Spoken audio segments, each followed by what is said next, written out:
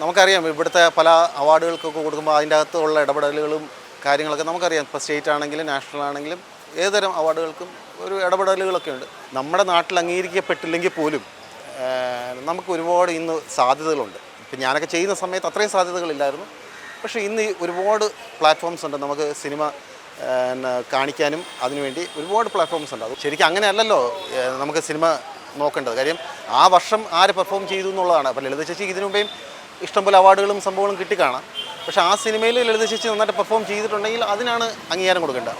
ആ ജൂറിയിലെ ഒരു പ്രശസ്ത നടി, ഒരു ജൂറി അംഗം പറഞ്ഞത്, അവരുടെ പേര് ഞാൻ പറഞ്ഞില്ല, അവർ പറഞ്ഞ് ഇതിന് കൊടുക്കാൻ പാടില്ല, ഇതിനെ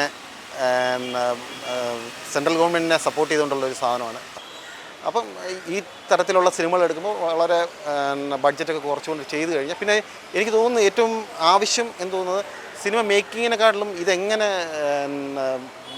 എന്താ പറയുക അത് ഡിസ്ട്രിബ്യൂട്ട് ചെയ്യാൻ, മീൻസ് പബ്ലിക്കിലേക്ക് എത്തിക്കാൻ പറ്റുന്ന ഒരു മാർക്കറ്റിംഗ് ഏരിയ ഉണ്ട്. അതിനൊക്കെ വേണ്ടി ഇഷ്ടംപോലെ പൈസ നമ്മൾ ചിലവാക്കണം. കാലാകാലങ്ങളിലായി മാറി മാറി വരുന്ന ഗവൺമെൻറ്റിന് അനുകൂലമായിട്ട് അവരുടെ കുറച്ച് ആൾക്കാർക്ക് വേണ്ടി അതിനെ വീതിച്ചു കൊടുക്കുന്ന ഒരു പ്രവണത തന്നെയാണ് ഇവിടെ വരുന്നത്. ഇതിൻ്റെ പ്രൊമോഷന് വേണ്ടി യൂസ് ചെയ്യണം. എനിക്ക് ഈ 2000 രൂപ മതി. ഈ 2000 രൂപേൻ്റെ ഒരു ദക്ഷിണയായിട്ട് ഞാൻ കൂട്ടുന്നുള്ളൂ. കാര്യം ഇങ്ങനത്തെ സിനിമകൾ പബ്ലിക്കിലേക്ക് എത്തണം, ഒരു അവയർനെസ് ഉണ്ടാക്കാൻ നല്ല ഇതുള്ള സിനിമയാണ് എന്ന് പറഞ്ഞിട്ട് ആ പൈസ തിരിച്ചു തരികയാണ്. ഒരിക്കൽ ഞാൻ സംവിധാന സഹായമായിട്ട് പലരുടെ പോയിട്ട് ഒരിക്കൽ മമ്മൂക്കയുടെ ഞാൻ ഇതുപോലെ ഒരാവശ്യം പറഞ്ഞു. എനിക്ക് ഒരു ഡോക്യുമെൻ്ററി, മമ്മൂക്കയുടെ ജീവിതം ബേസ് ചെയ്തൊരു ഡോക്യുമെൻ്ററി ചെയ്യണമെന്ന് പറഞ്ഞു. അപ്പോൾ ആദ്യം അദ്ദേഹം ഏത് കാര്യം പോയി കഴിഞ്ഞാൽ ആദ്യം അദ്ദേഹം പറയാൻ പറ്റില്ല എന്ന് പറയും. നമസ്കാരം, ഞാൻ ശ്രീവല്ലഭൻ, സിനിമാ സംവിധായകനാണ്.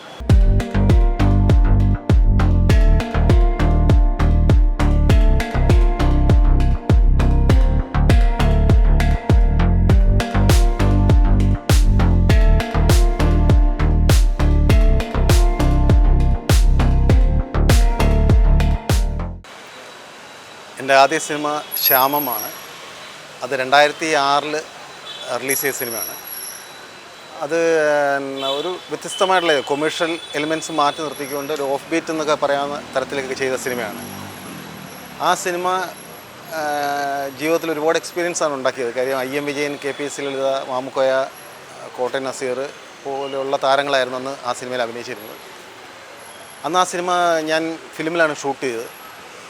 എനിക്ക് തോന്നുന്നു ഇപ്പോൾ സിനിമ ഡിജിറ്റലായി കഴിഞ്ഞു. അപ്പം അന്നത്തെ ഈ ഫിലിം എന്ന് പറയുമ്പോഴത്തേക്കുണ്ടായിരുന്നൊരു ഭയപ്പാടുണ്ടായിരുന്നു. കാര്യം ഓരോ ക്യാനും എക്സ്പോസ് ചെയ്ത് കഴിഞ്ഞാൽ ഉണ്ടാകുന്ന സാമ്പത്തികം അത് വലിയൊരു വെല്ലുവിളി തന്നെയായിരുന്നു. അന്ന് ആരി 3 ആണ് ഈ ഫിലിം ഷൂട്ട് ചെയ്യുന്നത്.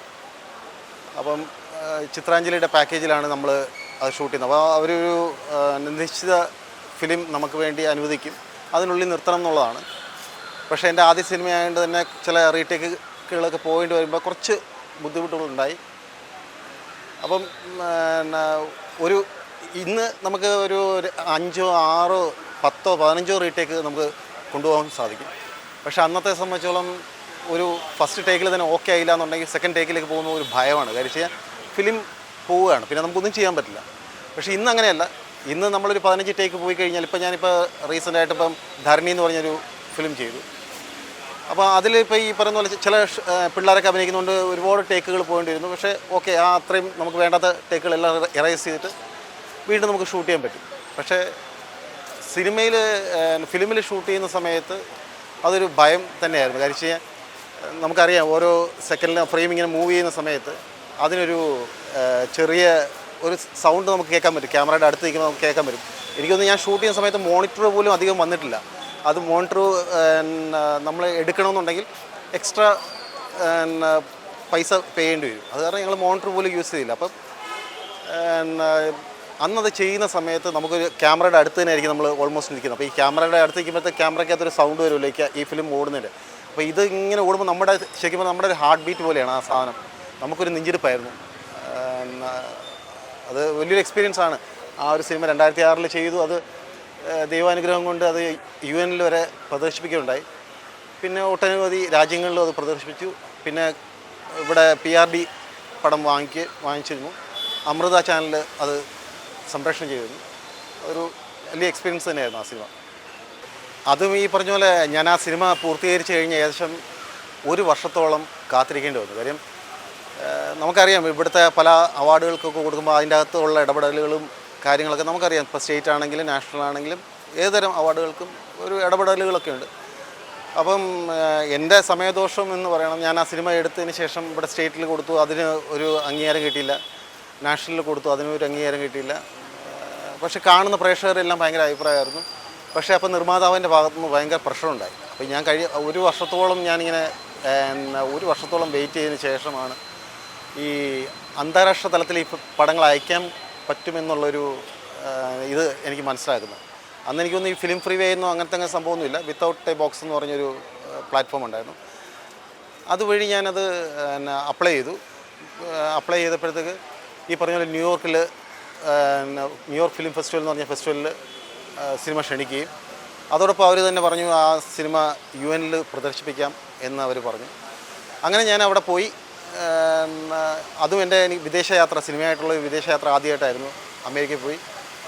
അങ്ങനെ ആദ്യത്തെ ദിവസം എനിക്ക് തോന്നുന്നു ഒരു 3-ാം ദിവസം തോന്നാണ് പടം സ്ക്രീൻ ചെയ്യുന്നത്. അപ്പം സ്ക്രീനിങ് കഴിഞ്ഞപ്പോഴത്തെ ഒരുപാട് പേര് ഫോറിനേഴ്സ് നല്ല അഭിപ്രായങ്ങളൊക്കെ പറഞ്ഞു. അപ്പോൾ നമുക്ക് Q&A എന്ന് പറഞ്ഞൊരു ഇതുണ്ട്. അതായത് അവർ ചോദ്യങ്ങൾ ചോദിക്കുമ്പോൾ നമ്മൾ ആൻസർ ചെയ്യണം. അപ്പോൾ എനിക്ക് പറ്റുന്ന രീതിയിലുള്ള കാര്യങ്ങളെല്ലാം ഞാൻ ആൻസർ ചെയ്തു.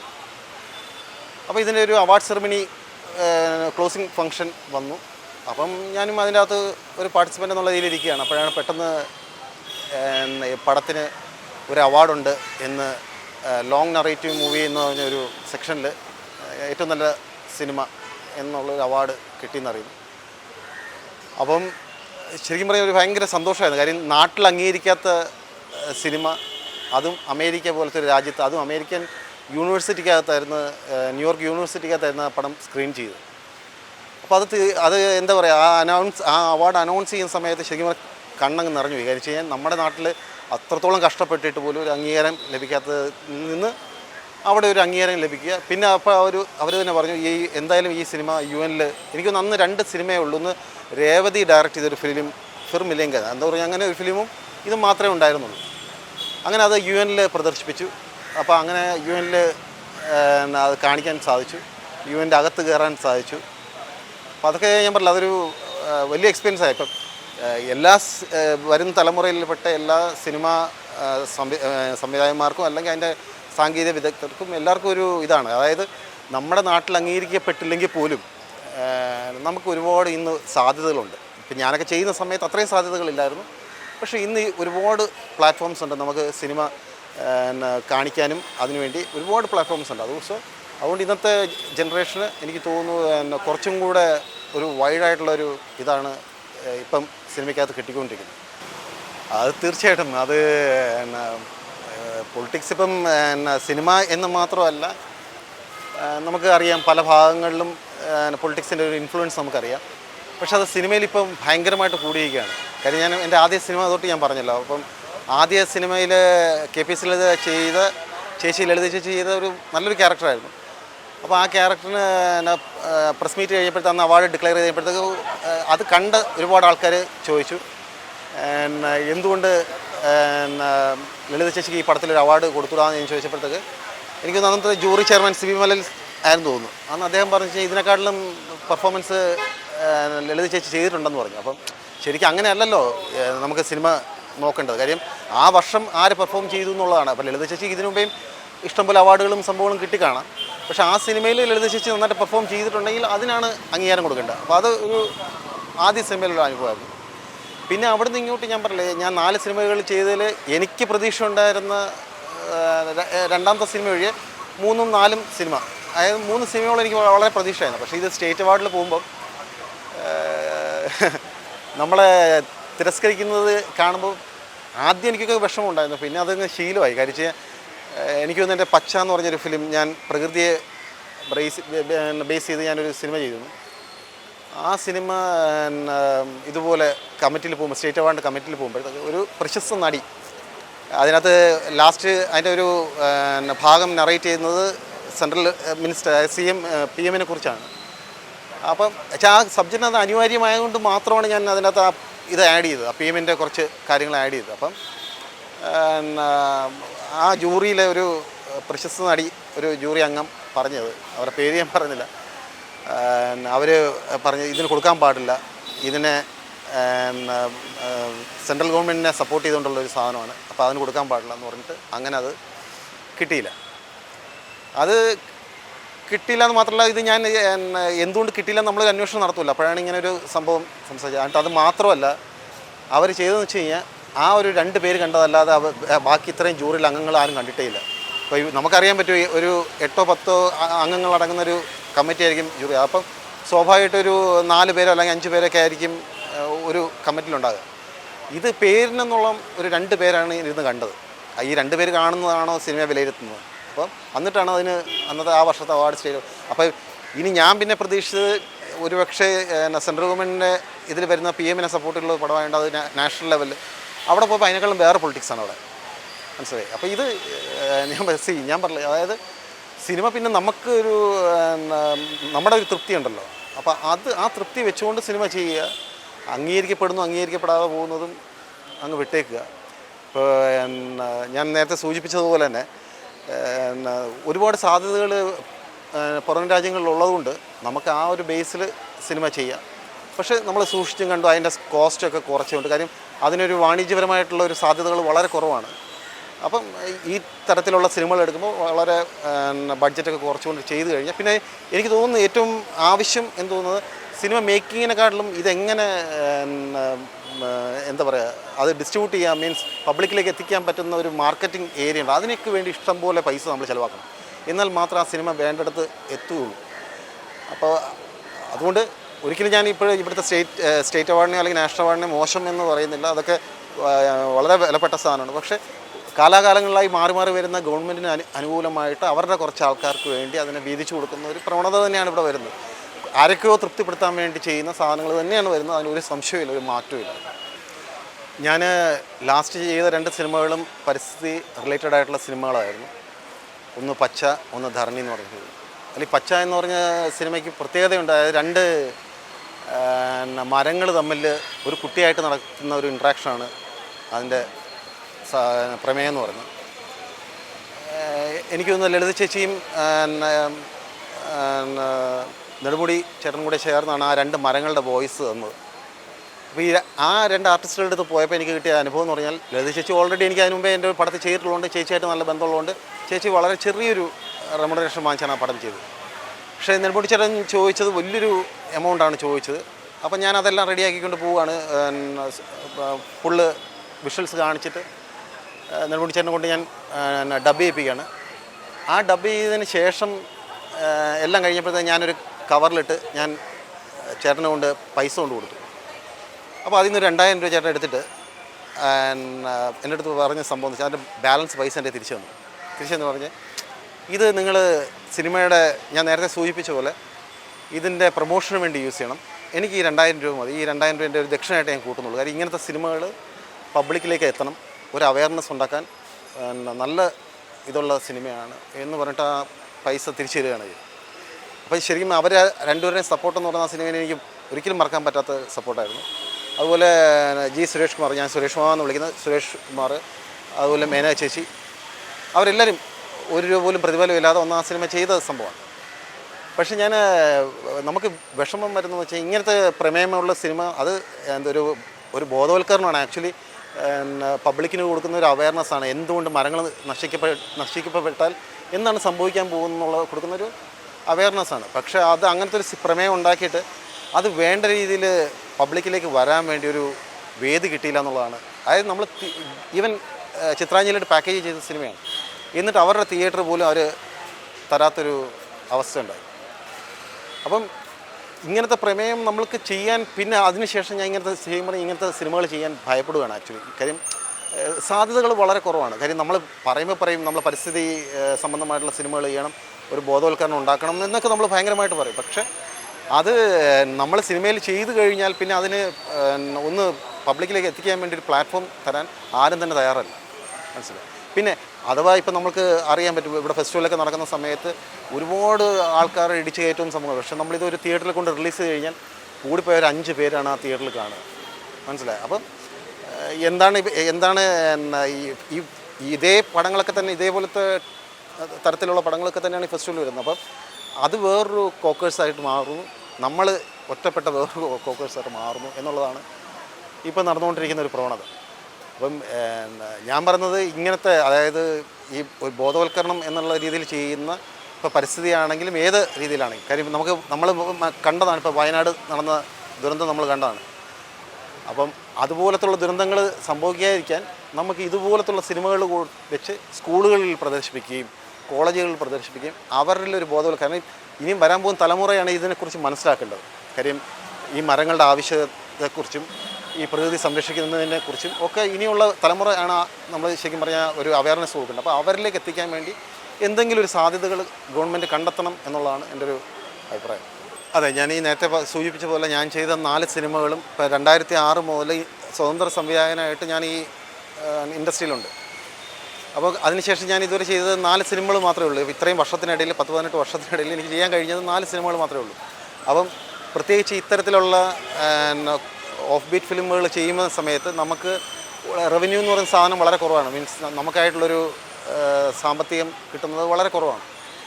അപ്പോൾ കാര്യം ഇത് നമ്മൾ ആ തരത്തിലൊക്കെ വരുമ്പോഴാണ് നമ്മൾ പുതിയ ഒന്ന് രീതി മാറ്റി ഒരു കൊമേഴ്ഷ്യൽ സൈഡിലേക്കൊക്കെ ചിന്തിക്കുന്നത്. അപ്പോൾ ഞാനും തീർച്ചയായിട്ടും അങ്ങനെ ഒരു പുതിയൊരു പ്രോജക്റ്റ്, ഒരു കൊമേഴ്ഷ്യൽ പ്രോജക്റ്റ് ചെയ്യാൻ വേണ്ടി അത്തരത്തിലുള്ള നീക്കങ്ങളെല്ലാം നടത്തി എൻ്റെ സ്ക്രിപ്റ്റ് വർക്കെല്ലാം കഴിഞ്ഞ് ഞാൻ ഈ പറയുന്ന പോലെ പല ആർട്ടിസ്റ്റുകളെ പോയി കാണുകയും സംസാരിക്കുകയൊക്കെ ചെയ്തു. അപ്പോൾ ഈ ആർട്ടിസ്റ്റുകളെ പോയി കാണുമ്പോൾ നമുക്ക് എത്തിപ്പെടാൻ പറ്റുന്നതും ഒരു പരിമിതികളുണ്ട്. കാര്യം വെച്ച് കഴിഞ്ഞാൽ പല ആൾക്കാരും അവരുടെ ഒരു കോക്കേഴ്സ് ഉണ്ട്, അത് വിട്ട് അവർ വരില്ല, മനസ്സിലായി. പിന്നെ ചെല്ലുമ്പോഴത്തേക്ക് നമ്മൾ വർഷങ്ങളായിട്ട് മനസ്സിൽ കണ്ട് രൂപപ്പെടുത്തുന്നതായിരിക്കും ഒരു കഥ, മനസ്സിലായി. അതിനെ തിരക്കഥ രൂപത്തിൽ കൊണ്ടുവരുമ്പോഴത്തേക്ക് അതിനുള്ള പാട് ഇപ്പോൾ തിരക്കഥ എഴുതുന്ന ഒരാൾക്കോ അല്ലെങ്കിൽ കഥ ചിന്തിക്കുന്ന ഒരാൾക്കേ മാത്രമേ അതിനെക്കുറിച്ചുള്ള അതിൻ്റെ വേദന മനസ്സിലാവുള്ളൂ. കാര്യം വർഷങ്ങളോളം നമ്മൾ എടുത്തിട്ടാണ് ഒരു കഥ ഉണ്ടാക്കുന്നതും തിരക്കഥ. അപ്പോൾ ഈ തിരക്കഥയ്ക്കായിട്ട് അവിടെ ചെല്ലുമ്പോഴത്തേക്ക് സംസാരിക്കുന്ന ആ താരത്തിനെ സംബന്ധിച്ചോളം അയാളുടെ നിലനിൽപ്പ് നോക്കിയിട്ട് അയാൾ എന്ത് ചെയ്യും, ഇതിനകത്ത് ഒരുപാട് അഴിച്ചുപണി ചെയ്യാൻ പറയും. ഇപ്പം ഞാൻ എൻ്റെ അനുഭവം പറയുകയാണ്. ഞാനിപ്പോൾ ഒരു 2-2.5 വർഷം 3 വർഷം കൊണ്ടൊരു സ്ക്രിപ്റ്റ് ചെയ്തു. ആ സ്ക്രിപ്റ്റുമായിട്ട് ഞാനൊരു 2-3 താരങ്ങളെ പോയി കണ്ടപ്പോഴത്തേക്ക് ഈവൻ ഇന്ന് 5-6 സിനിമകൾ ചെയ്തിട്ടുണ്ട്. എന്നാലും അയാൾ പോപ്പുലർ അല്ല, അയാൾ ബിസിനസ് വാല്യൂയിൽ അങ്ങനെ അത്രയും ആളല്ല. അദ്ദേഹം പോലും ആവശ്യപ്പെടുന്നത് കഥയിൽ അങ്ങനെ ഇങ്ങനെ മാറ്റം വരുത്തണം. അപ്പം ഞാൻ പറയുന്നത് ഒരു സംവിധായകൻ്റെ അല്ലെങ്കിൽ ഒരു തിരക്കഥാകൃത്തിൻ്റെ എന്താ പറയാൻ പറ്റുന്ന ഒരു ക്രിയേറ്റിവിറ്റിയാണ് അവിടെ നഷ്ടപ്പെടുന്നത്, മനസ്സിലായി. പിന്നെ സ്വാഭാവികമായിട്ട് ഞാൻ പറയാൻ അറിയാം, ലൊക്കേഷനിൽ വന്നു കഴിഞ്ഞാൽ ഈ താരങ്ങൾ ഇടപെടുന്നതും നമ്മളൊരു ഇന്ന് ഞാൻ പല ലൊക്കേഷനിൽ പോകുമ്പോൾ കാണുന്ന സംഭവമാണ്. അതായത് ഒരു ഫ്രെയിം നമ്മൾ വെച്ച് കഴിഞ്ഞാൽ താരം വലിയൊരു മാർക്കറ്റുള്ള താരമാണെങ്കിൽ അയാൾ പറയും അടുത്ത ഫ്രെയിം എങ്ങനെയാണ് വെക്കേണ്ടതെന്നുള്ള അയാൾ പറയും. പക്ഷേ അങ്ങനെയൊന്നും സിനിമ ചെയ്യാൻ എനിക്ക് താല്പര്യമില്ലാത്തതുകൊണ്ട് ഞാൻ അങ്ങനെ ഒരു പറയുന്ന ആൾക്കാരുടെ അടുത്ത് ഞാൻ പോകാറുമില്ല. എന്നാലും ഇനിയിപ്പോൾ ചെയ്യേണ്ടത് ഒരു കൊമേഴ്ഷ്യൽ സിനിമ തന്നെയാണ് പ്ലാൻ ചെയ്യുക. കാര്യം അല്ലാതെ ഇത്തരത്തിലുള്ള സിനിമകൾ ചെയ്തു കഴിഞ്ഞാൽ ഇപ്പോൾ എൻ്റെ വ്യക്തിപരമായിട്ട് പറയുകയാണ്, നല്ല പൊളിറ്റിക്കൽ ഇൻഫ്ലുവൻസുമാണ്. ഇത് വേറൊരു കോക്കേഴ്സാണ്. അപ്പോൾ അങ്ങനെ ഉണ്ടെങ്കിൽ മാത്രമേ അതിനെ മാർക്കറ്റ് ചെയ്യാൻ പറ്റുള്ളൂ. പണം കൊണ്ട് മാത്രം മാർക്കറ്റ് ചെയ്യാൻ പറ്റില്ല. അപ്പോൾ അങ്ങനെ കുറേ ബന്ധങ്ങളും സംഭവങ്ങളും ഉണ്ടെങ്കിൽ മാത്രമേ ഇത്തരത്തിലുള്ള സിനിമകൾ ചെയ്യാൻ പറ്റുള്ളൂ. പക്ഷേ ഒരു കൊമേഴ്ഷ്യൽ സിനിമ എടുത്തു കഴിഞ്ഞാൽ അത് നമ്മൾ പബ്ലിക്കിലേക്ക് വിടുകയാണ്. ദൈവം സഹായിച്ച് തിയേറ്ററിലൊക്കെ കിട്ടിക്കഴിഞ്ഞാൽ നമ്മൾ പബ്ലിക്കിൽ വിട്ട് കഴിഞ്ഞാൽ അതിനൊരു 1-2 ദിവസം കൊണ്ട് നല്ല ഫീഡ്ബാക്ക് കിട്ടുകയാണെന്നുണ്ടെങ്കിൽ പിന്നെ നമ്മുടെ കരിയർ തന്നെ മാറുകയാണ്. അപ്പം സ്വാഭാവികമായിട്ടും മറ്റുള്ള ആൾക്കാർ ചെയ്യുന്നത് പോലെ തന്നെ ഞാനും ഒരു കൊമേഴ്ഷ്യൽ പ്ലാറ്റ്ഫോമിലേക്ക് കൊണ്ടുവരാൻ അത്തരത്തിലുള്ള സിനിമകൾ ചെയ്യാൻ വേണ്ടി തന്നെയാണ് ഇനിയിപ്പം പ്ലാൻ ചെയ്യുന്നത്. അതിൻ്റെ കഥയും തിരക്കഥയും ബാക്കിയുള്ള കാര്യങ്ങളും ഒക്കെ. പക്ഷേ ഇതും അതുമായിട്ടുള്ള ഡിഫറൻസ് എന്ന് പറഞ്ഞാൽ സ്വാഭാവികമായിട്ട് നമുക്ക് എല്ലാവർക്കും അറിയാം. കാര്യം ഇത് ചിലപ്പോൾ ഒരു 10-20 ലക്ഷം രൂപയ്ക്കകത്ത് തീരും ഇങ്ങനത്തെ സിനിമകൾ. ഓഫ് ബീറ്റ് എന്ന് പറയുന്ന സിനിമകൾ ഒരു 10-20. പക്ഷേ മറ്റേ സിനിമകളെ സംബന്ധിച്ചിടത്തോളം ഏകദേശം കൊമേഴ്ഷ്യൽ സിനിമകളെ സംബന്ധിച്ചിടത്തോളം 1 കോടിയോ 2 കോടിയോ 3 കോടിയോ അത് ഡിപ്പെൻസ് ആർട്ടിസ്റ്റിൻ്റെ ലൊക്കേഷൻ ഇതൊക്കെ വെച്ചിട്ട്. കാര്യം നമുക്കറിയാം സ്വാഭാവികമായിട്ട് ഓരോ ടെക്നീഷ്യൻസ് വാങ്ങുന്ന ആർട്ടിസ്റ്റ് വാങ്ങുന്ന റെമ്യൂണറേഷൻ നമുക്കറിയാം. അപ്പം അത് കൂടിക്കൊണ്ടിരിക്കും. അപ്പോൾ ആ കൊമേഴ്ഷ്യൽ സിനിമയിൽ അത്തരത്തിൽ നല്ല ബഡ്ജറ്റ് ചിലവാക്കാൻ കഴിയുന്നൊരു നിർമ്മാതാവിനെ കിട്ടിയാൽ മാത്രമേ. പിന്നെ അത് മാത്രമല്ല, അതിനകത്തൊരു വെല്ലുവിളിയുണ്ട്. കാര്യം സിനിമ എടുക്കുന്നത് മാത്രമല്ല, എടുത്തു കഴിഞ്ഞ ശേഷം ഇത് തിയേറ്റർ റിലീസ് ചെയ്യുന്ന സമയത്ത് ഇതിന് പ്രൊമോഷന് വേണ്ടി ഒരു നല്ലൊരു എമൗണ്ട് മാറ്റി വയ്ക്കണം. കാര്യം ഇന്നത്തെ ആവശ്യം എന്ന് പറഞ്ഞു കഴിഞ്ഞാൽ സോഷ്യൽ മീഡിയയിലും മറ്റുള്ള രീതിയിലെല്ലാം എങ്ങനെയൊക്കെ പ്രൊമോഷൻ കൊടുക്കാൻ പറ്റും അത്തരത്തിൽ പ്രൊമോഷൻ കൊടുത്ത് ഞാൻ പറഞ്ഞില്ലേ, ഒരു മൗത്ത് പബ്ലിസിറ്റി കിട്ടി അത് 2-3 ദിവസം കൊണ്ട് കയറി കഴിഞ്ഞാൽ പിന്നെ നമ്മൾ നോക്കേണ്ട ആവശ്യമില്ല. സ്വാഭാവികമായിട്ടും ജനങ്ങൾ തിയേറ്ററിലേക്ക് വന്ന് അത് ഹിറ്റാവും. അപ്പം അത്തരത്തിലൊരു സിനിമയ്ക്ക് വേണ്ടിയുള്ള പ്ലാനിങ്ങിൻ്റെ പുറത്താണ് ഇപ്പോൾ നിൽക്കുന്നത്. അല്ല, സിനിമയിൽ ഒരു ബെൽറ്റ് പണ്ടേ അത് എനിക്ക് ഓർമ്മ വെച്ചപ്പോൾ തൊട്ടേ ഞാൻ അസിസ്റ്റൻ്റ് ഡയറക്ടറായിട്ടൊക്കെ പോയിക്കൊണ്ടിരിക്കുന്ന സമയം തൊട്ടേ സിനിമയിൽ ഒരു ബെൽറ്റ് ഉണ്ട്. അതില്ലെന്ന് ഞാൻ പറയുന്നില്ല. പക്ഷേ അത് സിനിമയുടെ നല്ലതിന് വേണ്ടി മാത്രമായിരുന്നു അങ്ങനെ ഒരു ബെൽറ്റ്. കാര്യം വെച്ചാൽ ഒരു വാശി, അതായത് നമ്മൾ നമ്മുടെ ഒരു ബെൽറ്റ് ഉണ്ടാക്കുന്ന സിനിമ പോലെ ആയിരിക്കരുത് മറ്റൊരു ബെൽറ്റ് ഉണ്ടാക്കുന്നത് എന്നൊക്കെയുള്ള അങ്ങനത്തെ ഒരു വാശിയാണ്. അത് സിനിമയുടെ നല്ലതിന് വേണ്ടിയായിരുന്നു. പക്ഷേ അത് ഈ കഴിഞ്ഞ ഒരു 10-15 വർഷത്തിനിടയിൽ വന്ന മാറ്റം എന്ന് പറഞ്ഞാൽ വല്ലാത്തൊരു മാറ്റമാണ്. മാറ്റം എന്ന് വെച്ച് കഴിഞ്ഞാൽ ആദ്യം ഇതിനകത്ത് ലഹരി വസ്തുക്കൾ ഉപയോഗിച്ചുകൊണ്ടുള്ള മാറ്റമായിരുന്നു. കാര്യം പല ആർട്ടിസ്റ്റുകളിൽ ഇപ്പോൾ നമ്മളൊക്കെ വർക്ക് ചെയ്യുന്ന അസിസ്റ്റൻ്റായിട്ടോ അല്ലെങ്കിൽ സിനിമ ആദ്യമൊക്കെ സംവിധാനം ചെയ്യാൻ ഇറങ്ങിയ സമയത്തൊന്നും ക്യാരവാൻ എന്ന് പറഞ്ഞ സമ്പ്രദായമൊന്നും ഇല്ലായിരുന്നു. ഇപ്പോൾ ഒരു ആർട്ടിസ്റ്റ് അടുത്തൊരു കഥ പറയാൻ വേണ്ടി ക്യാരവാൻ്റെ അകത്ത് കയറി കഴിഞ്ഞതിന് ചുരുക്കം ചില നടന്മാർ ഒഴിച്ചു കഴിഞ്ഞാൽ ബാക്കിയുള്ളവരുടെ ക്യാരവാൻ്റെ അകത്തൊന്നും കയറാൻ പറ്റില്ല. അതിനകത്ത് ഉള്ള സ്മെല്ല് നമുക്ക് സഹിക്കാൻ പറ്റില്ല. മനസ്സിലായി. അത് പണ്ട് ആരും ഇതൊന്നും പുറത്ത് പറയില്ലായിരുന്നു. പക്ഷേ ഇപ്പോൾ കുറേ കമ്മിറ്റികളൊക്കെ വന്നതിന് ശേഷമാണ് ഇതിനെക്കുറിച്ചൊക്കെ പബ്ലിക് അറിഞ്ഞു തുടങ്ങിയത്. കാര്യം പണ്ട് ഈ പബ്ലിക്കിന് അറിയാൻ സാധ്യതകൾ വളരെ കുറവായിരുന്നു. സിനിമാക്കാർക്ക് അറിയാം, ഏകദേശം സിനിമാക്കാർക്ക് അറിയാമായിരുന്നു. അത് 100% ഇതിനകത്തൊരു ലഹരി ഉപയോഗം വളരെ കൂടുതലാണ്. മനസ്സിലായി. അത് എന്താ പറയുക, ഈ ഇൻഡസ്ട്രിയെ നശിപ്പിക്കുന്ന തരത്തിലുള്ള ഇതാണ്.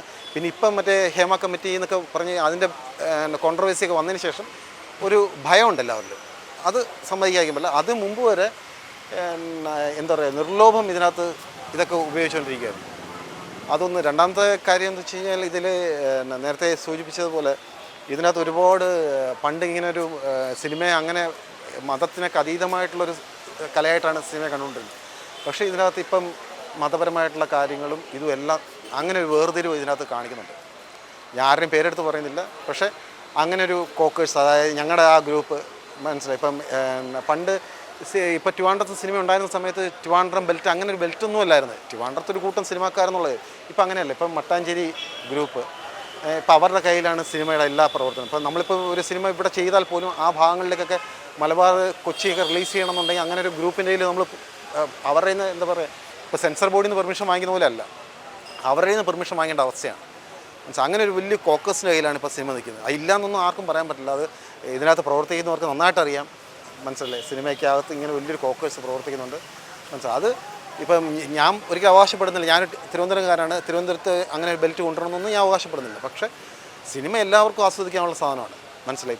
ഇപ്പം നമുക്ക് അറിയാം, ഇവിടെ ഒരു ഫെസ്റ്റിവൽ നടന്നാൽ പോലും കേരളത്തിൻ്റെ പല ഭാഗങ്ങളിൽ നിന്നും, ഇന്ത്യയുടെ പല ഭാഗത്തു നിന്നും, ലോകത്തിൻ്റെ പല ഭാഗത്തു നിന്നും ആൾക്കാരെത്തുന്നത്. അതെന്തുകൊണ്ടാണ്? അപ്പോൾ സിനിമ എന്ന് പറയുന്നത് അത്രയും വൈഡായിട്ട് ഉള്ളൊരു കലയാണ്. അപ്പോൾ അതിനെ ആസ്വദിക്കാൻ വരുന്ന ആൾക്കാർ, അല്ലെങ്കിൽ അതിനെ വരുന്ന ആൾക്കാർ മതമോ ജാതിയോ പൊളിറ്റിക്സോ നോക്കിയല്ല. അപ്പം അങ്ങനെ ഒരു കോക്കേഴ്സ് ഒന്നും സിനിമയ്ക്കകത്ത് വേണ്ട എന്നുള്ളതാണ് എൻ്റെ അഭിപ്രായം, പേഴ്സണൽ അഭിപ്രായം. പക്ഷേ അതുപോലെ ഈ ബെൽറ്റുകൾ, അതായത് തിരുവനന്തപുരം ബെൽറ്റ്, ട്രിവാൻഡ്രം ബെൽറ്റ് ഒന്നും ഇല്ല ഇന്നിപ്പം. കൊച്ചി ബേസ് ചെയ്ത് കുറേ ബെൽറ്റ് ഒക്കെ ഉണ്ട്. അതൊക്കെ മാറ്റി കഴിഞ്ഞാൽ അത് സിനിമയ്ക്ക് ഉപയോഗപ്പെടും എന്നുള്ളതിനാണ് എൻ്റെ വിശ്വാസം.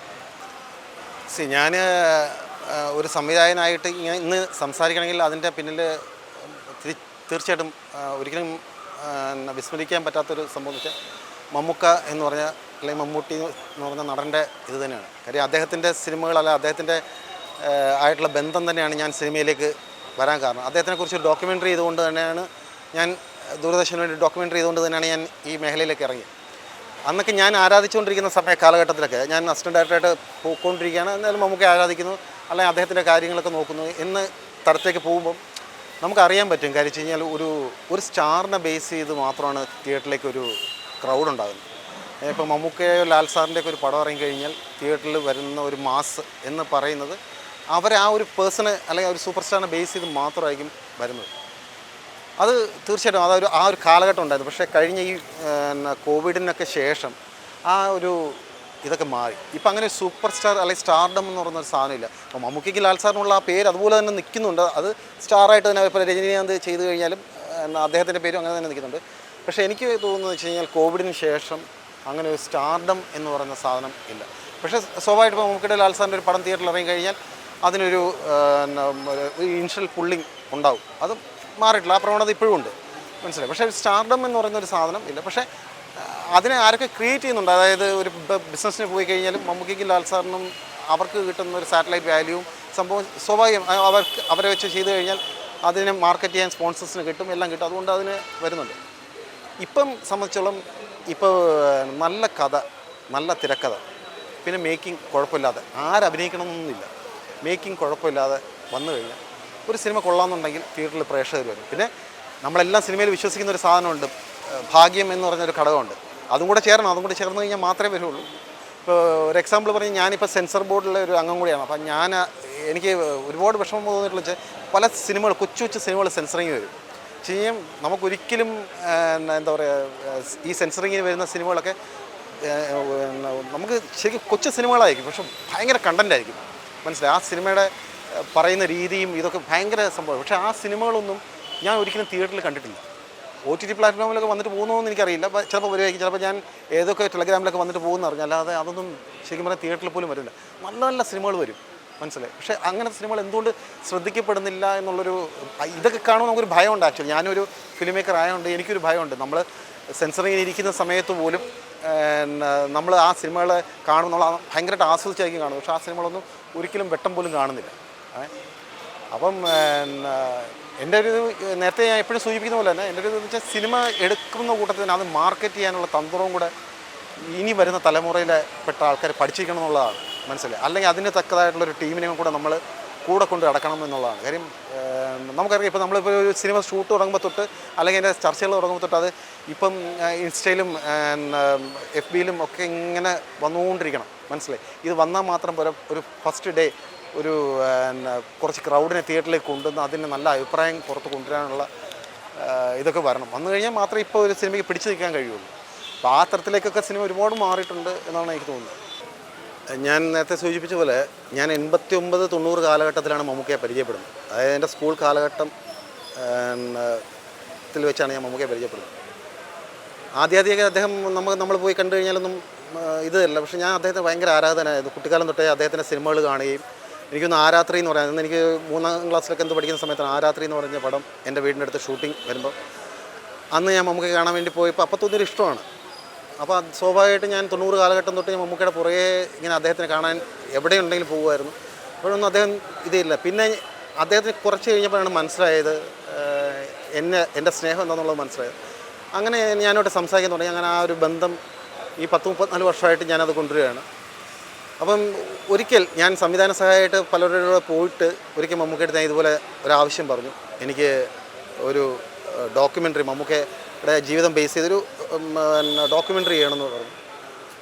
അപ്പോൾ ആദ്യം അദ്ദേഹം ഏത് കാര്യം പോയി കഴിഞ്ഞാൽ ആദ്യം അദ്ദേഹം പറയാൻ പറ്റില്ല എന്ന് പറയും. അങ്ങനെ എൻ്റെ അടുത്ത് പറഞ്ഞു അത് പറ്റില്ല, നടക്കില്ല എന്ന് പറയും. അപ്പം ഞാൻ പിന്നെ അതിൻ്റെ പുറകിൽ തന്നെ കൊണ്ടിരുന്നു. അങ്ങനെ ഒരു ദിവസം അദ്ദേഹം അപ്രൂവൽ തന്നു. അങ്ങനെ ആ ഡോക്യുമെൻ്ററി 2001 ദൂരദർശൻ DD നാഷണൽ ചാനലിലേക്ക് വേണ്ടി ഞാൻ ചെയ്തു. ഒരു 4 എപ്പിസോഡായിട്ട് 2001 അത് ടെലികാസ്റ്റ് ചെയ്തു. അതിനൊരു സന്തോഷം എന്ന് പറയുന്നത് മമ്മൂക്ക തന്നെയാണ് അതിൻ്റെ മാർക്കറ്റിംഗ് സൈഡൊക്കെ ഹെൽപ്പ് ചെയ്തത്. അന്ന് മമ്മൂക്കയുടെ ജ്വാലായി എന്ന് പറയുന്നൊരു സീരിയൽ പോയിക്കൊണ്ടിരിക്കുന്നത്. അപ്പോൾ ആ ടീമിനെ കൊണ്ട് തന്നെയാണ് അതിൻ്റെ മാർക്കറ്റിംഗ് ഒക്കെ. എനിക്ക് തോന്നുന്നു വെച്ച് കഴിഞ്ഞാൽ മമ്മൂക്കയെ ഞാൻ ഇത്ര 34 വർഷമായിട്ട് മമ്മൂക്കയായിട്ടുള്ള ബന്ധം വെച്ചിട്ട് പറയുകയാണ്, മമ്മൂക്കയുടെ ഹാർഡ് വർക്ക് ഞാൻ മലയാളത്തിലല്ല എനിക്കറിയാവുന്ന ഭാഷകളിലെ സിനിമകളിലൊന്നും ഞാൻ ഇത്രയും ഹാർഡ് വർക്ക് ചെയ്യുന്നൊരു ആർട്ടിസ്റ്റിനെ കണ്ടിട്ടേ ഇല്ല. കാര്യം ചെയ്യാൻ ഇപ്പം ടെക്നിക്കൽ സൈഡാണെങ്കിലും ഇപ്പം നമുക്ക് ഇന്ന് ഇറങ്ങാൻ പോകുന്ന പുതിയ ക്യാമറയാണെങ്കിലും എന്താണെങ്കിലും ഇപ്പം ലേപ്പിലാണെങ്കിലും എന്ത് എക്യുപ്മെൻ്റ് ആയിക്കോട്ടെ അദ്ദേഹം അപ്ഡേറ്റഡ് ആണ്, മനസ്സിലായി? ഇനി നാളെ ഇറങ്ങാൻ പോകുന്ന കാര്യത്തെക്കുറിച്ചും പുള്ളി കാര്യം എനിക്ക് ഏറ്റവും വലിയ അതിശയം എന്ന് പറഞ്ഞാൽ ഞാൻ ഒരിക്കൽ അതായത് ഒരു ഫാൻ എന്നുള്ള രീതിയിൽ ഞാൻ പോയി മമ്മൂക്കയായിട്ട് സംസാരിച്ച്, അതായത് ശ്രീകുമാർ തിയേറ്റർ അന്ന് ലാൽ സാറിനെ സപ്പോർട്ട് ചെയ്തൊക്കെ സിനിമകൾ ചെയ്തുകൊണ്ട് അപ്പോൾ ഞാൻ അതിനെക്കുറിച്ച് സംസാരിച്ചപ്പോൾ നമുക്ക് എൻ്റെ അടുത്ത് തോന്നുന്നു എനിക്കൊരു 10-25 വർഷം മുമ്പ് എന്തോ പറഞ്ഞ സംഭവമാണ് ഇത്. ഈ പ്രവണതയൊക്കെ കുറച്ച് നാളത്തേക്കേ ഉള്ളൂ. ഈ 1000-1500 പേരൊക്കെ ഒരു തിയേറ്ററിൽ ഹോൾഡ് ചെയ്യുന്ന പ്രവണതയൊക്കെ കുറച്ച് നാളത്തേക്കേ ഉള്ളൂ.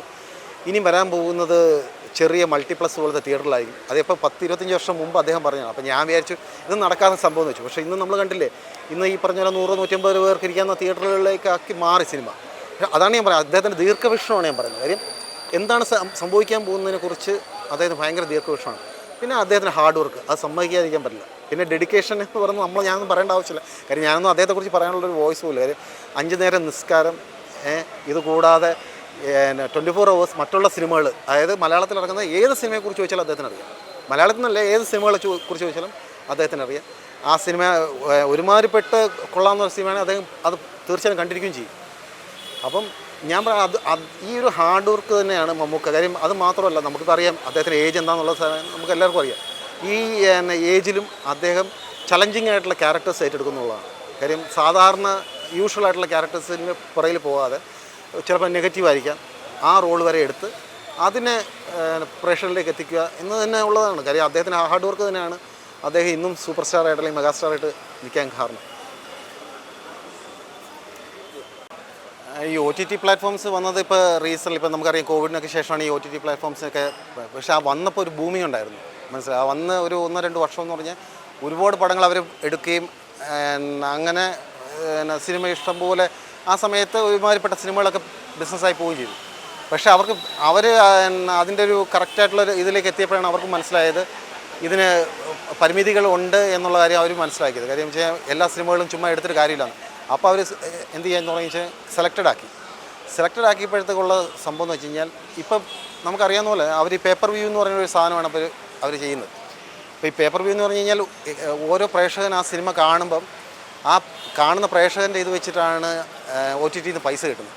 അപ്പോൾ ചിലപ്പോൾ അത് നമുക്കിപ്പം ഒരിക്കലും അത് ലാഭമായിട്ട് വരില്ല. കാര്യം വെച്ച് കഴിഞ്ഞാൽ ചെറിയ ചെറിയ പടങ്ങൾ വന്ന് ഇപ്പം വളരെ കുറച്ച് പ്രേക്ഷകർ മാത്രമേ കാണാറുള്ളൂ. അപ്പം എനിക്ക് ആ OTT എന്ന് പറയുന്ന ബിസിനസ് വലിയൊരു ഇമ്പാക്റ്റ് ഉണ്ടാക്കി എന്ന് തോന്നുന്നില്ല. കാര്യം ഇപ്പോൾ പ്രത്യേകിച്ച് ഈ ഒരു ഘട്ടത്തിൽ എനിക്ക് തന്നെ അറിയാം OTT പലരും വാങ്ങിക്കുന്നത്. ഇപ്പം ഞാൻ എൻ്റെ ലാസ്റ്റ് ചെയ്ത സിനിമ പോലും പേപ്പർ വ്യൂ എന്നുള്ള ആവശ്യത്തിന് വേണ്ടിയാണ് ഇപ്പോൾ നിൽക്കുന്നത്, അല്ലാതെ നടക്കുന്നില്ല. ഈവൻ ആമസോൺ പോലും പോയി കഴിഞ്ഞാൽ പോലും അല്ലെങ്കിൽ നെറ്റ്ഫ്ലിക്സിൽ പോയി കഴിഞ്ഞാൽ പോലും ഇല്ലെങ്കിൽ അത്രയും ഞാൻ നേരത്തെ സൂചിപ്പിച്ചവൻ അത്രയും വലിയ രീതിയിലൊക്കെ ബന്ധങ്ങളുണ്ടെങ്കിൽ അത് അവർ പർച്ചേസ് ചെയ്യും. അല്ലാതെ നടക്കുന്ന ഇപ്പോൾ പേപ്പർ വ്യൂ എന്ന് പറഞ്ഞ ഒരു ഒറ്റ ഇതിൽ മാത്രമേ അവർ OTT ഒക്കെ ചെയ്യുന്നുള്ളൂ. അത് ശരിക്കും പറഞ്ഞാൽ ഇപ്പോൾ ഒരു ഭയപ്പാടുണ്ടാക്കുന്നുണ്ട്. കാര്യം വെച്ച് കഴിഞ്ഞാൽ പുതിയ വരുന്ന ഞാൻ പറഞ്ഞില്ല, അതായത് ന്യൂ ജനറേഷനിൽപ്പെട്ട ഇഷ്ടംപോലെ നല്ല നല്ല ടെക്നീഷ്യൻസ് ഉണ്ട്, കഴിവുള്ള ഡയറക്ടേഴ്സ് ഉണ്ട്, ക്യാമറമാൻമാരുണ്ട്. അപ്പോൾ അവർക്കൊക്കെ ഒരു വേദി കിട്ടുന്നില്ല എന്നുള്ളത് ഒരു ഭയപ്പാടുണ്ടാക്കുന്ന സംഭവമാണ്. അവർക്ക് മാത്രമല്ല, ഇപ്പോൾ നമ്മളൊക്കെ ഇത്രയും വർഷമായിട്ട് ഇതിൻ്റെ ഇൻഡസ്ട്രിക്കകത്ത് നിൽക്കുന്നു, നമുക്കിനി മുമ്പോട്ടുള്ള യാത്ര എങ്ങനെയാണെന്നുള്ളത് ഒരു ഭയം, ഒരു ചോദ്യം തന്നെയാണ്. കാര്യം ഞാൻ നേരത്തെ സൂചിപ്പിച്ച പോലെ ഒരു വിരലെണ്ണാവുന്നൊരു 10 ആർട്ടിസ്റ്റിന് മാത്രമേ ഉള്ളൂ സാറ്റലൈറ്റ് എന്ന് പറഞ്ഞ ബിസിനസ്സോ അല്ലെങ്കിൽ ഇപ്പോൾ ഓവർസീസ് ബിസിനസ്സോ അങ്ങനെ എന്തെങ്കിലും ബിസിനസ്സോ ഉണ്ടെങ്കിൽ ഈ 10 പേരെ മാത്രം വെച്ചുകൊണ്ട് നമ്മൾ എത്ര സിനിമ ചെയ്യാൻ പറ്റും? അല്ലെങ്കിൽ ഒരു വർഷം മലയാളത്തിൽ ഇറങ്ങുന്ന ഇപ്പം തന്നെ 200-240 സിനിമയോളം സെൻസർ ചെയ്ത് കഴിഞ്ഞു. മനസ്സിലായി, 240 സിനിമ ചെയ്യുമ്പോൾ ഈ 10 പേർക്ക് മാത്രമേ ബിസിനസ് ഉള്ളൂ. ബാക്കി അത്രയും പടങ്ങൾ എവിടെ പോവുകയാണ്? അതിനൊന്നും ബിസിനസ് കിട്ടുന്നില്ല. അപ്പം കോടിക്കണക്കിന് രൂപയുടെ നഷ്ടങ്ങൾ ഇതിൽ സംഭവിക്കുന്നുമുണ്ട്. സോ അതൊരു ഭയപ്പാടുണ്ടാക്കുന്ന സംഭവം തന്നെയാണ്. കാര്യം അതിനെ എന്തെങ്കിലും ഗവൺമെൻറ് തലത്തിൽ എന്തെങ്കിലും ഒരു ചർച്ച ചെയ്ത് അതിനൊരു വേദി ഉണ്ടാക്കണം എന്നുള്ളതാണ് എൻ്റെ പേഴ്സണലായിട്ടുള്ള ഒരു അഭിപ്രായം. എൻ്റെ കുട്ടിക്കാലത്ത് എനിക്ക് തോന്നുന്നു സൂര്യ ഫിലിം ഫെസ്റ്റിവലായിരുന്നു ഇവിടെ തിരുവനന്തപുരത്ത് അറിയപ്പെട്ട ഫെസ്റ്റിവൽ. പിന്നെ ഒരു ചലച്ചിത്ര എന്ന് പറഞ്ഞൊരു ഫെസ്റ്റിവൽ നടത്തിക്കൊണ്ടിരുന്നു. ഈ 2 ഫെസ്റ്റിവലായിരുന്നു എൻ്റെ കുട്ടിക്കാലത്ത് ഉണ്ടായിരുന്ന ഫെസ്റ്റിവൽ, അറിയപ്പെട്ടിരുന്ന ഫെസ്റ്റിവൽസ്. അപ്പോൾ എനിക്ക് തോന്നുന്നു ആ സമയത്തൊക്കെ സൂര്യ കൃഷ്ണമൂർത്തി സാറ് ഒരു 5 സിനിമകൾ തന്നെ ഒരു ദിവസം ടാഗോറിലൊക്കെ മാത്രമായിരുന്നു ഫെസ്റ്റിവൽ. 5 സിനിമകൾ പ്രദർശിപ്പിക്കും. ഇതിനിടയിൽ ഒരു ചായയും ഒരു സ്നാക്സും കഴിക്കാനുള്ള ഒരു കൂപ്പണും തരും. അപ്പോൾ ഇത് കഴിച്ചുകൊണ്ട് ഞാൻ രാവിലെ 8 മണി തൊട്ട് രാത്രി 11 മണി 12 മണി വരെ 5 സിനിമകളും തുടർച്ച കണ്ടിരുന്ന ഒരു കാലഘട്ടം ഉണ്ടായിരുന്നു സിനിമയിൽ. അത് കഴിഞ്ഞ ശേഷമാണ് എനിക്ക് തോന്നുന്നു ഈ ഗവൺമെൻറ് IFK എന്ന് പറഞ്ഞൊരു ഫെസ്റ്റിവൽ രൂപപ്പെടുത്തിയെടുക്കുന്നത്. അത് ആദ്യ കാലഘട്ടങ്ങളിലൊന്നും അങ്ങനെ ഒരു പ്രേക്ഷകരോ സംഭവങ്ങളൊന്നും ഇല്ലായിരുന്നു. പിന്നെ ഞാൻ പറയല്ലേ, അത് കാലക്രമേണ അത് ഒരുപാട് മാറി. പക്ഷെ മാറി എന്ന് പറഞ്ഞു കഴിഞ്ഞാൽ ഇപ്പോൾ കുറച്ച് നാളായിട്ട് കാണുന്നൊരു സംഭവം എന്ന് വെച്ച് കഴിഞ്ഞാൽ ഇതൊരു വേറെ തലത്തിലാണ് കാണുന്നത്. IFK എന്നൊക്കെ പറയുന്നത് ഞാൻ നേരത്തെ സൂചിപ്പിച്ചതുപോലെ തന്നെ നമ്മളിപ്പോൾ ഇതുപോലൊരു നല്ലൊരു പടം, ഒരു ഓഫ് ബീറ്റ് ഫിലിം പടമോ അല്ലെങ്കിൽ ഒരു സിനിമ എടുത്ത് തിയേറ്ററിൽ കൊണ്ടുവരികയാണെങ്കിൽ ഈ സിനിമ കാണാൻ ആ തിയേറ്ററിൽ ആരും കാണില്ല. പക്ഷേ ഇത് എനിക്ക് തോന്നുന്നു കുറേ യങ്സ്റ്റേഴ്സിന് കൂടാനൊരു ഫെസ്റ്റിവലാണ് ആക്ച്വലി. അതായത് ഫിലിം ഫെസ്റ്റിവൽ എന്ന് പറയുന്നതിനേക്കാളും ഒരു ഫെസ്റ്റിവലാണ്. ഇപ്പോൾ ഒരു ഓണം സെലിബ്രേഷൻ വന്നു കഴിഞ്ഞാൽ ആളുകളെല്ലാം കൂടില്ലേ, അല്ലെങ്കിൽ ക്രിസ്മസ് വന്നു കഴിഞ്ഞാൽ കൂടില്ലേ. അപ്പം എന്ന് പറയുന്നത് പോലെ എല്ലാവർക്കും കൂടാൻ പറ്റുന്ന ഒരു വേദിയായിട്ട് മാത്രമേ കാണുന്നുള്ളൂ. പിന്നെ തീർച്ചയായിട്ടും നല്ല സിനിമകൾ ആൾക്കാർ കാണുന്നുണ്ടില്ല, ഇല്ലെന്ന് പറയുന്നില്ല. ഏത് കാലഘട്ടത്തിൽ അന്ന് തൊട്ട് നല്ല നല്ല പ്രേക്ഷകരുണ്ട്, സിനിമയ്ക്ക് നല്ല നല്ല പ്രേക്ഷകരുണ്ട്. അവർ ഈ പറയുന്ന പോലെ ഏത് ഫെസ്റ്റിവൽ വന്നു കഴിഞ്ഞാൽ അവർ പോയി കാണുകയും ചെയ്യും. അപ്പം IFK പിന്നെ ഒരു ഗുണം ചെയ്തതെന്ന് വെച്ച് കഴിഞ്ഞാൽ ഒരുപാട് സാധ്യതകൾ ഉണ്ടാക്കിയിട്ടുണ്ട്. കാര്യം വെച്ചാൽ മലയാള സിനിമയെ ലോകോത്തര സിനിമകളായിട്ട് പണ്ട് അടൂർ സാർ ചെയ്യുന്ന പടങ്ങൾ മാത്രമേ അങ്ങനെ, അല്ലെങ്കിൽ ഷാജി സാർ ചെയ്യുന്ന പടങ്ങൾ മാത്രമേ അങ്ങനെ പുറം ലോകത്തിലേക്ക് പോയിട്ടുള്ളൂ. പക്ഷേ ഇപ്പം സംഭവിക്കുന്നത് വെച്ചാൽ ഈ IFK കാണാൻ തന്നെ ഒരുപാട് ഫോറിനേഴ്സ് വരുന്നുണ്ട്, എബ്രോഡിൽ നിന്ന് ഒരുപാട് ആൾക്കാർ വരുന്നുണ്ട്. അവർക്കൊക്കെ ഇവിടെ വന്ന് സിനിമയെക്കുറിച്ച് മനസ്സിലാക്കാനും മലയാള സിനിമയുടെ ഇതിനെക്കുറിച്ച് മനസ്സിലാക്കാനും ഒരു അവസരം കിട്ടുന്നുണ്ട്. അതുകൊണ്ട് IFK എനിക്ക് തോന്നുന്നു ഇനിയും ഭാവിയിൽ ഇതിനെക്കാട്ടിലും ഒരു പങ്കാളിത്തം ഉണ്ടാകും എന്ന് തന്നെയാണ് എൻ്റെ വിശ്വാസം. പക്ഷേ ഒരേ ഇതെന്ന് വെച്ച് കഴിഞ്ഞാൽ ഇതൊരിക്കലും പൊളിറ്റിക്സിൻ്റെ ബാക്കിലേക്ക് പോകരുത്. ഇതിനെങ്കിലും സിനിമ ഇങ്ങനെ നടത്തുന്ന ഫെസ്റ്റിവൽ അതിൻ്റെ ഒരു വഴിക്ക് മാറ്റി നിർത്തണം എന്ന് തന്നെയാണ് അഭിപ്രായം.